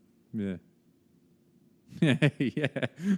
It's so true, yeah. If your boss spoke to you like that, you wouldn't go there. Yeah. But the amount of times you probably tell yourself that the average person probably tell them they're not good enough, they're not worthy enough, that their dick's too small, they're too bald, their nose is too big, they're too fat, they're too dumb, they're too stupid, they don't have enough drive, they don't have enough motivation, they're too lazy. Oh, that time I did this in that past, I got fear of the future. Yeah. As soon as we understand that we create a new narrative, that's the only time we sort of move forward. That's so true, man. It's so true. We beat ourselves up for the smallest of small things, yet if anyone would say that sort of stuff to us, we'd probably beat them up, right? Yeah. But then at the same time, if anyone tells you that you've done good, you turn around on your dickhead, don't know what you're talking about. Dismiss that, delete that straight away. But half the time you probably don't believe it. So of course you're not going to bring it on board. Yeah. One thing I love about the ownership perspective that I think really needs to get added into it is also leadership. Like, owning your situation is one step, and you can do that even in the smallest of steps. I consistently remind myself on a daily basis on this, is like, you finish your breakfast, you put the plate in the sink, you walk away, the clock ticks inside your head, and you go, fuck, I got to own it. Just do it. Don't think about it. Just do it, because you're going to have to do it later, and there's probably going to be a big pile of dishes there. Simple, but it's the basic understanding of what ownership is. Just doing it, making sure it happens, making sure you get it done for you. Whereas leadership is understanding how to be a leader for yourself, to be able to marry those things in towards things. This is where you can move forward more. This is where you can start to make those steps and put steps in place to start addressing things around you. Like, it's one thing taking ownership of these small things that happen to you, but then being a leader for you in terms of, no, I have to take this forward more. I have to own it and move into this next space. And if that means addressing people, addressing situations, addressing environments, addressing jobs, relationships, this is where you can find real growth. And this is what I love about the two marrying into each other. I use that term, integration of oneself. So when I first thought of the acronym, when I came up with the term action, then it was just based purely on ACT. Yeah. Massive action. Yeah. Ability, conditioning, and therapy. And I thought, you know what? Integration of oneself. Then I thought, how many pieces of me are there? Yeah. So for me, integration of self is just exactly what you said. It's creating an internal leader. Yeah. All these components that need to come forward. So we need to be able to step up as our own leader. Yeah.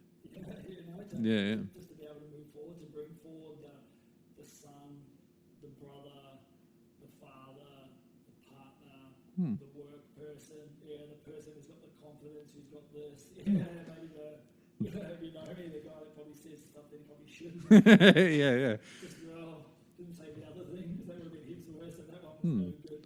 So there is that level of integration, but building forward into that leader part is really important. Well, as people, as human beings, we're built around teams, right? Like, it doesn't necessarily need to be a football team, or a team at work, or things like that. But your family is your team. Your friendships is another team, and you have to step up and be a leader, not necessarily as an alpha role model that follows, that everybody has to follow, but in terms of being a leader within your friends, in terms of making sure everyone's looked after, taking responsibility for things, maybe even if it's not directly your fault that it's happened. But again, that ownership perspective, if it's your friends and these things are happening to your friends, or your friends are going through bad situations, it's as an owner or as a leader, and to own that situation is like, I'm a friend, I got to, step in and help that. But what that does is it builds up courage for you. That taking of ownership of that situation, that being a leader, you don't need gratification for it, because you're getting the gratification for the actual doing part, the action, like you say. And it's the same with your family. You go back to work, the same with them, on the soccer field, the rugby field, whatever sport you may play. If you find you can be a leader with any of those teams, this is how we build community, or what somebody said to me once, common unity, which is more true of people make the world go around. It's once you can find that connection, you will draw the best people. If you can be a leader for you, you will draw the people that you want around you, and you'll have that network of people. Like, for example, how we met, man. Yeah. Like, just so happened to go to a one-day event to learn how to speak on stage, and I'm sat on the front row listening away, and I hear this guy talk about losing his wife. And immediately I was like, man, I want this person to be involved in what I'm doing in some way, shape, or form, because he's taken ownership of everything that he's been through, got up in front of a room full of strangers and shared his pain and shared what he's been through, owning every single little bit of it. And it's what drew me to want to have you here today to talk about what you've been through. And because it's that ownership brings these beautiful things. It starts these beautiful conversations that one day somebody, maybe tomorrow, maybe a week from now, maybe years down the line, may listen to something like this and go, I feel that too. This guy has come on and opened up his heart. He's opened up who he is. He's took ownership. He's being a leader, wanting to share what he's doing and what he's achieved with other men and other people out there. Fuck, these moments are life-changing. These moments are really what bring people together to create common good. It's interesting something you said there. So obviously we did meet that way. I did share a story. You shared yours as well. Yeah. You actually hunted me down. I've always wanted to be sort of side the score. I thought she was going to be a shooter, but that's okay.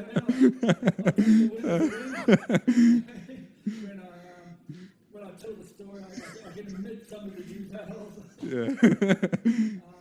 But we come back to that particular activating system. Yeah. Just like the Anthony Robbins thing way back in maybe 1999. Mm. Said, you don't have to know how to get there. As long as you know where it is that you want to get. Mm. As soon as you know that, stuff will come up. Yeah, do you know what I mean? You made a decision that you wanted to positively change lives, and one day you're at a seminar and someone talks and you think, oh, there that person is. If you didn't have that connected in. Yeah. Yeah. So for a lot of people out there, if you're lost on where to start, yeah, you've already started. Yeah. You've already made the decision to be looking into it. Yeah. The universe will unpack stuff for you because the guy I speak with, John, he works really, really well for me. Yeah. Yeah. People probably won't like him. Yeah. You know, Anthony Robbins with personal power too, and Yeah. in 1999, 2000 changed my life for a short period until I didn't have the skill set. You know, but I still listen to him this day. You know? Yeah. But for some people, they might like him. Yeah. That doesn't matter. Do you know what I mean? Mm. And I talk about fitness quite often. Is you can be a vegan yogi and be in the best shape of your life. Yeah. Or you can be a meat eating crossfitter. Yeah. As long as it's for you and it works for you, neither one is wrong or right. Yeah. Yeah, there are just different vehicles out there all the time. So sometimes just knowing where the end destination is, you don't have to know what vehicle you're going to get. You'll find your way. You know, I used to use an analogy all the time with some of my clients. This is all my own. I made it up myself. Preface that. I love mountain biking. Yeah. You know, and I used to go mountain biking, and when I was going through a lot of this stuff, particularly as I was getting to the start of becoming clean, just before I was getting there, I was mountain biking a lot, and I started to see this thing in life, yeah, and I started to see where I wanted to be. I wanted to be at the top of the hill. Yeah. Yeah, so for me that was a successful, connected, clean guy. Yeah. Yeah. Not as a hygiene clean, back in the day I probably needed some of that.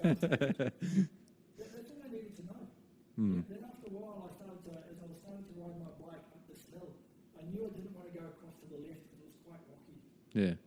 Yeah, and I just didn't want to go to the left. I'm going to go to the right. But then you hit slippery true route, and next minute, where are you?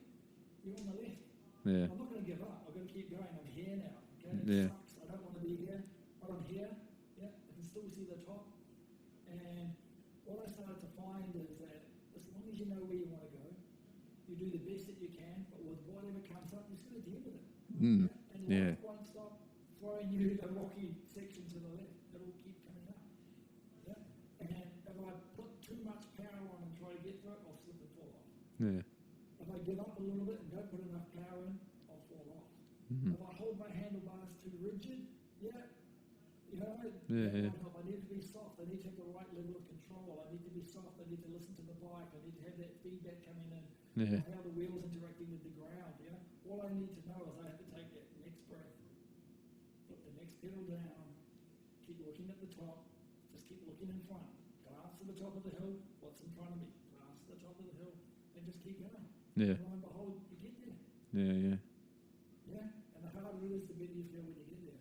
And then you get the downhill. Yeah. Man, I love that. And that's how I started to see life. Mm. Yeah, stuff's going to come up.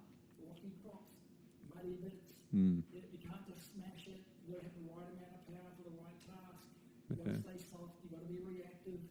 Yeah. You just got to keep, just, you know, you want to get to top of the hill, you just got to breathe in here Yeah. and stay soft, yeah. I love that, man. Like, metaphors are life-changing if you can find a way to find what your metaphor is for life. Like, you've found it in mountain biking. Other people will find it in so many different areas. And if you can sort of understand what a metaphor is basically just a story to be able to relate to something else. If you can find a metaphor for your life in exactly what Brendon's just shared there, it's amazing because it's something that you can relate to that will help you understand life a little bit more. And it may be football, it may be mountain biking, it may be cooking, it may be cleaning, it may be looking after your kids, it may be your family, it may be anything that you go through that you understand. There's going to be hard times, there's going to be things that you don't want to do, there's going to be places that you don't want to be. But so long as you keep that focus, whatever it is, whether it's the top of a hill, whether it's the end of a game, whether it's, you know, seeing a smile on your child's face, whether it's a crying baby that won't stop crying, but you still console it just to see that one little bit of rest where they finally relax. You know, you don't give up because that's what you truly want. It's your vision, it's your passion, it's your purpose. And man, I absolutely fucking love where you've come from, what you've experienced in life to where you want to be and what you're doing now to going absolutely full circle into using everything that you've experienced to create power and positivity in this world, man, is fucking awesome. Like, really, really is, man. Like, one thing I love about doing these podcasts is I try my very best to learn as little about what the person's gone through beforehand, but obviously, like, I want to learn a little bit just to see what some questions are gonna come up, things like that. But I love it, man, because I get educated every single time I listen to someone's raw and true emotion for the first time I'm hearing it, and it blows me away, man. Absolutely blows me away, and like, to be able to sit here and share that story with you, mate, like, honest to God, thank you so much for coming on and sharing, man. You're welcome. Thanks for having me. And just, I guess, winding things up, just one thing that I want to sort of say to a lot of people, particularly if you're starting your journey, even if you're not. Yeah. Particularly if you're starting, it's going to be hard. Yeah. It's fucking hard. Yeah. Yeah. It doesn't get any easier. It just gets better. Yeah. Now, I'm not, this is the second podcast I've spoken on. Yeah. I chose to take my glasses off this time. Last one I spoke at, I fogged up because I got stressed about sharing my story. Yeah. Because I wanted to come across the right way. Yeah. You know what I mean? I'm talking on Saturday at a rugby club about Cool, man. resilience and a few things. Yeah. It's the first time I'm crafting my story to a group of others. Yeah. I'm really uncomfortable doing it. Yeah. Yeah, just because you might see me out and about, I have a company, Move Strength for Living, where I sort of help, inspire people to live their better lives, and I do a bit of stuff and I educate some PTs. Yeah. So you might see me delivering content up in front of people, but it doesn't come natural. Yeah. I get super nervous. You ask my partner, some days after delivery, I go home and the energy, I just crash and it takes so much out of me and I get like depressed because it didn't go the way I wanted it to. Yeah. But I get up and I schedule the next seminar and I get out there and I do it. Yeah. You know what I mean? And each one I do gets better. It gets my story out, and it's not that things will get to the point where you love it and it's always so easy. Do you know what I mean? Because then you're not growing if it's the space you're sitting in. Yeah. So it being awkward, it feeling uncomfortable, it feels like you've got no idea what's going on. That's how it should feel. Yeah. That's okay to feel that Yeah. way. Yeah, it is. It's all right. Yeah. Yeah, so I just want to let people know that it's, growth happens in an area that learning needs to take place. Yeah. Yeah, and it's going to be uncomfortable. It's outside of your comfort zone. And, the most successful people in the world take action regardless of how they feel. Yeah. Yeah. It's People true. get medals of valor in the war, not because they acted because they weren't scared, Yeah. because they acted because they were. Yeah. Yeah, and that's life. Yeah. You know, and I just want to make sure that people sort of understand that that's okay to feel that way. Mm. You don't need to have any answers. You know where your top of your hill is. Well, it's that being comfortable with being uncomfortable. That the whole saying. I mean, even on the micro level. Well, even on the micro level, if you look at something simple like wanting to just change your health on a basic level, going to the gym for the first time is confronting, daunting, uncomfortable for many. And but if you don't go there, you never know what's going to happen. It's all about looking and staying focused on it. It's not about going to the gym for the first time. It's not about doing the workout. It's not about going and putting yourself in that one situation. It's about what's 20, 30, 40 years forward. What is it that you want? The vision, the goal, the purpose, the reason to be alive. So you just hit on something that I talk about quite a lot. Mm. Okay, and it's a part of my Action Man part, the therapy component. And I talk about PTs. I just ran a business build out the other day for some PTs, and the whole basis wasn't around goal setting. Mm. It was about trying to take action when your body doesn't want to. Yeah. Yeah, because the part of you that wants to do it, you don't have to worry about that bit. Yeah. It's not the bit you got to worry about. Yeah. Yeah, it's about taking action when you don't want to.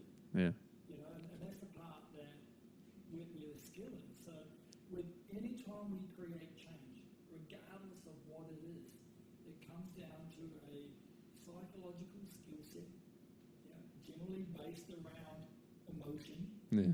about taking action when you don't want to. Yeah. Yeah, so that's good. That's going to be uncomfortable. Yeah. It is so true, man, but it's definitely worth it. I can hold my hand up and say, like, it is so worth it. And I see it on a daily basis for myself. I don't have a tough life by any means, but there are times where I find personally that I don't have certain times for things, and my physical health is one of them. I don't really have time in my day to be able to go, okay, let's put an hour aside at 2 p.m. till 3 p.m. to go and work on my physical health. So it's a case of, okay, well, I have to get up early. I have to get up if I have to get up at 4 a.m. to go and do a 45, 30-minute workout, not because of the physical health, but because I know it makes me a better person, because I know it makes me feel stronger, more confident, happier. I'm a better husband, I'm a better father, I'm a better employee, I'm a better coach, I'm a better whatever, podcaster, It's what I have to do.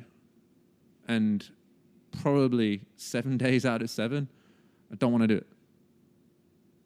And I'm pretty sure that's the same for most people that exercise first thing in the morning. They don't want to do it.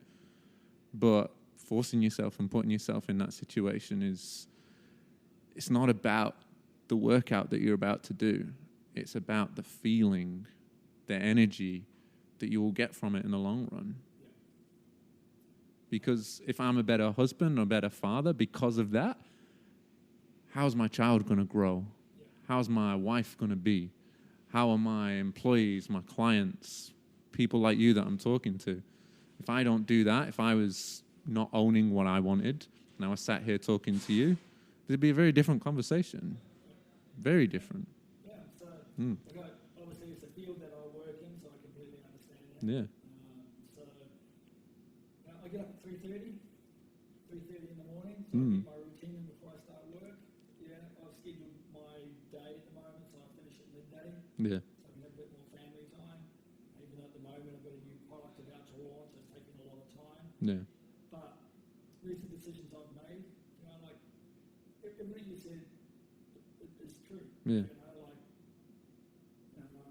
I've got about to have a 2-year-old daughter, and when I met my partner Whitney, I hadn't had a relationship in 5 years.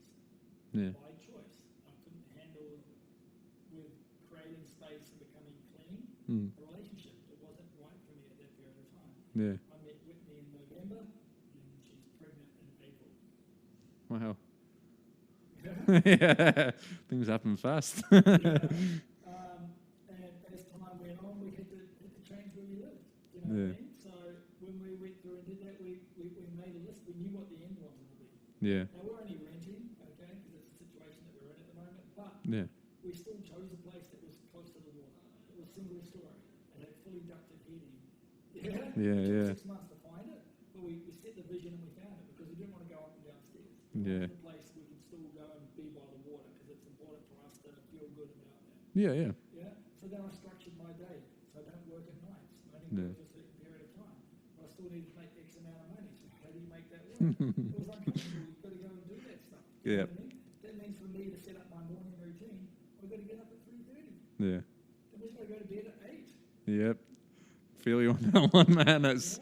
But I'm happy with that because that's the way things work. You know, doesn't mean that with the next business venture that maybe if I can get out of bed at 7 or 8, that might be different. I can start. But we have to make these decisions. You know, I was making phone calls at 4 a.m., getting out of bed at 2:30, 3:30 to do my morning routine to be ready for the phone call at 4, so that I could start work at 5. Yeah. Yeah. Now that was uncomfortable. Yeah. But it's what needs to be done, right? But someone's got to do what. I'm not telling anyone that they're going to get out of bed at 3:30. That's not what I'm saying. But I'm saying that if we want to move forward, we're going to have to do something slightly different. Yeah. And to anyone out there on their journey, this is my best piece of advice. Yeah, be kind to yourself. Yeah, that's where it all starts. Yeah. Okay, let go of what's right and wrong because it's going to hold with shame, guilt, and fear.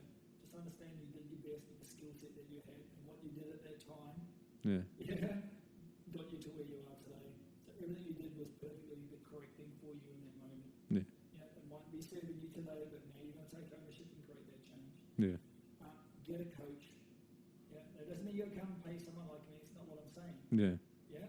But if your relationship's a bit shit and you're not happy, when you speak to your mate, who's also got a shit relationship, is divorced twice, don't fucking talk to that guy. It's not the right guy to talk to. Yeah.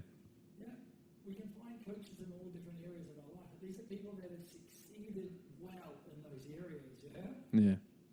So get a coach and then surround yourself by like-minded people. Yeah, because we can't coach ourselves out of something we're in. Yeah. If I'm stuck in a corn maze and I'm trying to coach myself out of it, it's going to be random luck. But if someone's above that corn maze and looking down, they can coach me easy because they can see what it is. Yeah. They can't see the stuff that we're in it. Yeah. So be kind. Yeah. Get a coach. Yeah. Stop listening to your dickhead friends. Not saying your friends are dickheads, but they don't have ultimate success in those areas. Yeah. Just watch footy with them. Yeah. You know, this is quite boy orientated. I do speak quite boy. Yeah. I'm surrounded by girls at home, so it's not a man. It's the area that I work in, so I do apologise for that. You know what I mean? But the same information goes for males and females. Yeah. But our community is really important. Yeah. And it's that community of where we want to go and where we want to see ourselves. Now, I've got some friends who I'm not going to listen to about building business. I'm not going to listen to about relationships. I'm going to catch up and have a good time. Yeah. That's the niche that they serve, and it's super important. We need that. Do you know what I mean? Yeah, exactly. But it's just making sure that we get coaching and we build a community. Yeah. Because we don't succeed alone. We need that support. Yeah. Because I can't remember who said it, but one mind, like yours, Yeah. and my mind, how many minds do we end up with? 2, 3. Your mind, my mind, and then what comes out when we communicate. In the common mind. Yeah. So I like that. plus one mind is 3 minds. Yeah. Get together with like-minded people. You will get stuff. I like that. You never thought of. That's You good. won't even think up stuff that you wouldn't think of when you're by yourself when you're with me. Yeah, that's so true. Yeah. So true. Yeah. Well, it's why I love having these conversations, man. It's because that's exactly what happens. You know, the 1 + 1 + 3 is, you know, I've taken so much away from this, from listening to your story, from hearing the resilience that you've shown over your life, through growing into what you've built today, and owning everything that you've been through, even to the point of knowing that there's some relationships that you want to repair and things like that. It's amazing, and it is a true testament to what can be done by anybody if you want to. So it's been an awesome conversation, man. I'm so glad I did all that Facebook stalking and and the hunting you down, man. It was 100% worth it, 10 times over, and I hope I can sit down with you again one day and I'm talking to you about even more success that you've had and more growth and everything that's been going on with what you've got coming forward for yourself, man. It's been beautiful. Awesome. Thank you for having me. Thank you very much, man. Pleasure to share some time. Yeah. Cheers, dude. Thanks. I know, yeah. Yeah, there was a definite handshake there. Thanks, guys. Thanks again, guys, for tuning into this episode of the Obsidian Project podcast. It's been great having you listen along. We'd like to thank once again our sponsors for 2020, getsome.com.au. Don't forget to use your 10% discount OP10 and our host Cafe Royale in Coburn. And now stay tuned for this important message.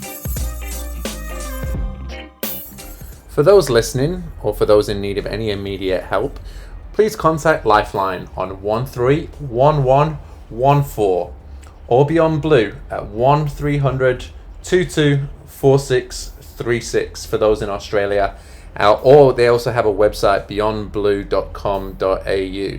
If anyone listening to this outside of Australia, feel free to contact us at theobsidianproject.com. Our email addresses are there and we'll direct you to the best available source in your area. Thanks very much again, guys. Show your support to anyone around you and share this podcast to anyone you think may need it.